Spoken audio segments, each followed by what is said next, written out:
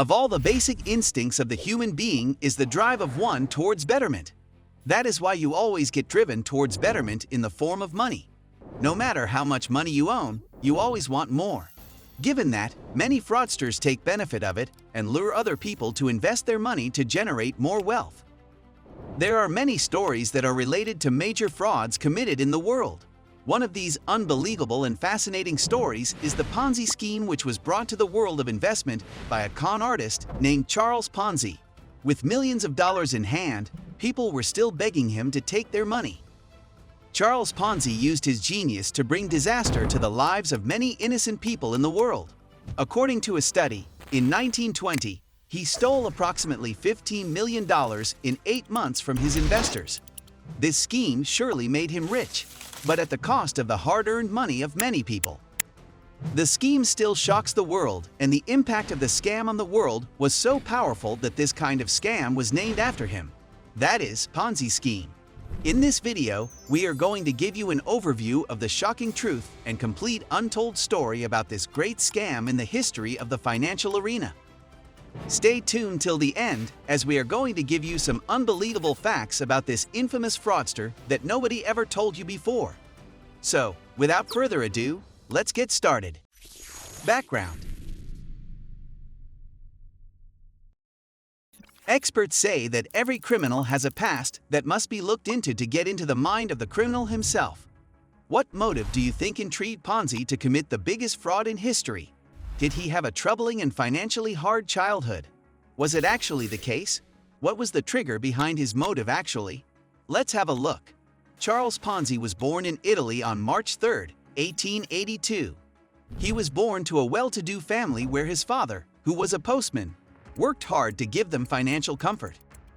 But his family history of grandparents and great-grandparents who were successful businessmen always made him resentful, as his father was dethroned to the working class, which Charles Ponzi felt bad about from a very young age.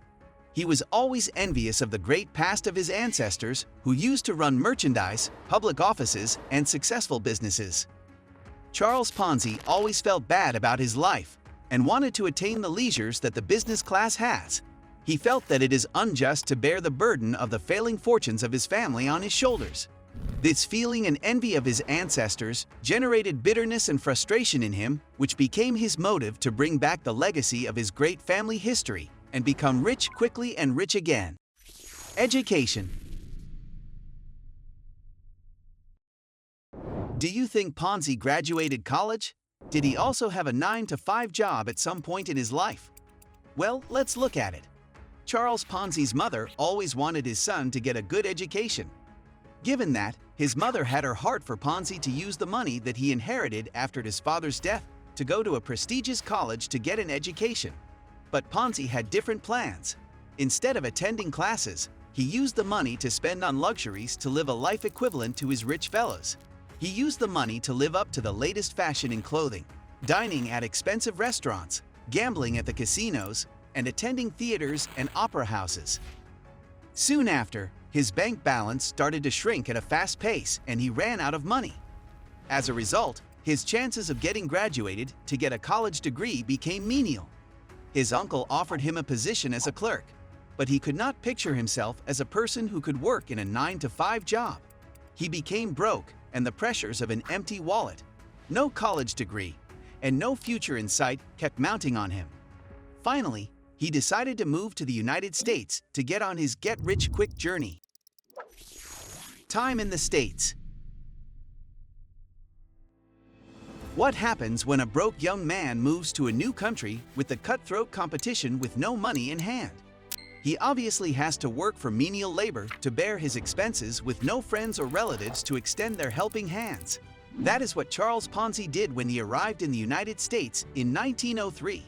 Ponzi made his journey up and down the east coast of the United States from New York to Florida to work on different jobs.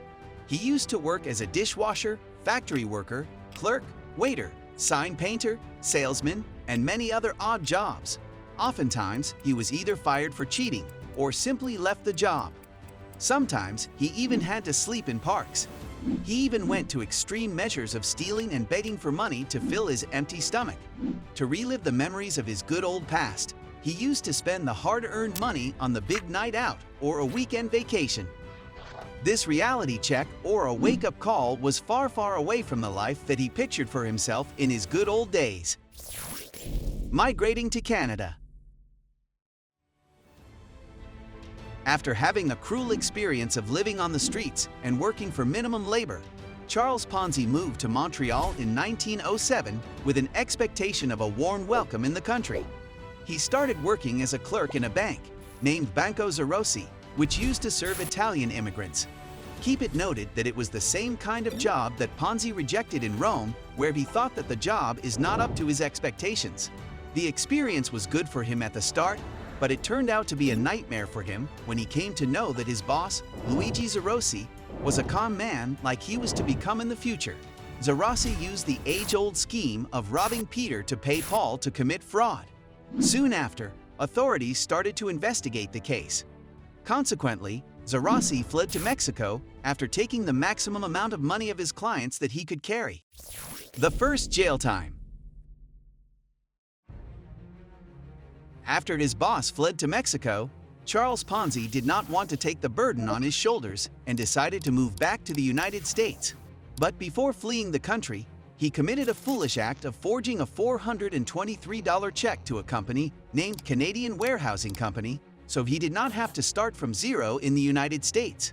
The investigators caught the forging and sent Ponzi for 3 years in prison at St. Vincent de Paul Penitentiary. This was the first one of the list of frauds that he committed in his life. Well, people say that prison and jail time changes people, but Charles Ponzi was different. After he got released from prison on parole after 2 years, he decided to turn back to the United States. But he also brought 5 illegal Italian immigrants with him in exchange for money. He was caught by the authorities and was sent to a prison in Atlanta. Clerical job and marriage. After Ponzi was released from jail for the second time, he started to wander from state to state once again doing odd jobs. Eventually, he landed a decent job at JR Pool Company in Boston. He was good at his job and even got promoted. He also met a 21-year-old girl, Rose Necco, in Boston, and both fell in love. Eventually, they married in early 1918. Greed for more. His married life with Necco came out to be a pleasant experience for Charles Ponzi. Necco was satisfied with the modest life that they had, but Ponzi was not satisfied with the salary of a clerk. He had bigger ambitions. Eventually, Ponzi quit his clerical job and decided to do something big. He got involved in his father-in-law's failing wholesale fruit-selling business and bragged about his financial genius to help them. But instead, the business got bankrupt. However, this failure did not stop him. He started his own import-export business, which failed too. The advertising fee was out of his reach. Failure turned into an idea. After his failure in the import-export business due to a lack of money for advertising, Ponzi came up with the business idea of advertising the businesses in exchange for money and started a venture named Trader's Guide magazine. He made his calculations, and the cost of advertisement came out to be $35,000, which would generate him $80,000 in revenue in total. Ponzi rented an office to start writing mails to his businesses. He not only envisioned his advertising business in America alone, but also all around Europe. Unfortunately, nobody was interested and the venture ended up in failure. But of all the mails that he sent out, one of them from Spain gave him a reply and ordered the magazine that proved to be a sigh of relief and a ray of hope for him. The Ponzi scheme. The mail that he received from the Spanish businessman included an international Ripley coupon that could exempt him from the postage stamp cost. Ponzi caught the inspiration and the idea of arbitrage, which means buying and selling assets in different markets in exchange for money. The value of the lira in Italy caught a fall after the war, and the value of the dollar was slightly higher in the United States. He decided to sell those stamps to get a profit. Consequently, he started a business named Security Exchange Company. Soon, his dreams were shattered when he came to know that the business cannot become successful as the profits in the business and demands for the IRCs are quite low. But he could sell the business idea as a fantasy to the investors. Yes, this is where the mighty Ponzi scheme started its venture in the mind of Charles Ponzi. He thought to sell the idea to the investors and generate a lot of fortune. He simply came up with the old age idea of robbing Peter to pay Paul that he learned during his time at Banco Zerowski. The plan was simple, yet effective. That is, to take money from the new investors and give some money in the shape of profits to old investors, who will invest some of the generated profit back into the business. As soon as the new investors stopped coming, he could simply run away. The clever Ponzi strategies. Well, Charles Ponzi was obviously in greed, and he used the same tool to attract investors. He offered the investors a whopping 50% return on investments in 45 days and 100% in 90 days. He claimed that there were a lot of investors all over the world who were investing in his idea and buying IRCs in bulk. Also, he did not share any details of the operational strategies of his business. He said that if he shares the details, the competitors would take benefit from it. Ponzi targeted people like him with more greed than common sense. Many of the serious businesses and banks stayed away from him, believing it too good to be true. But people with low financial literacy started believing him. As soon as he started giving the returns, thousands of investors started flowing into the surefire opportunity. Ponzi reached a record high investment of $250,000 a day. Soon, he started living the luxurious life that he always wanted. The Boston Post, which once termed Ponzi a financial genius, started investigating him. Clarence Barron, who was a manager at Wall Street Journal, pointed out a major loophole in the business of Charles Ponzi.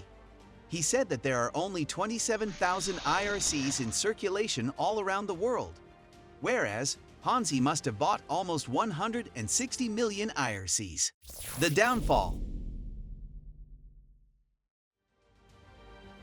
Charles Ponzi welcomed his own downfall when he hired William McMasters as his publicist, who was an honest man and ultimately exposed Charles Ponzi. McMasters collected the evidence and went to the Boston Post to write the Pulitzer Award-winning exposé, which explained the scams of Ponzi. The gain was over for Ponzi, sinking many banks and innocent people with him. He struck a deal with the government and pleaded guilty to a single fraud. He managed to get a menial sentence of 5 years in federal prison. Ponzi was released from prison after serving 3.5 years. After that, he moved to Florida and started another company named Charpon Land Syndicate as a new Ponzi scheme. He offered 200% return on investment in 60 days. Nobody was interested, and he was soon exposed again. Ponzi was witnessing another jail time, and this time a longer one. He tried to flee by changing his looks, but was caught in New Orleans. He appealed for mercy from Mussolini and the US president, but nobody listened to him. He served another 7 years in prison. After he came out, he was broke and deported to Italy. His wife decided to stay behind. Ponzi spent his final days alone and in poverty.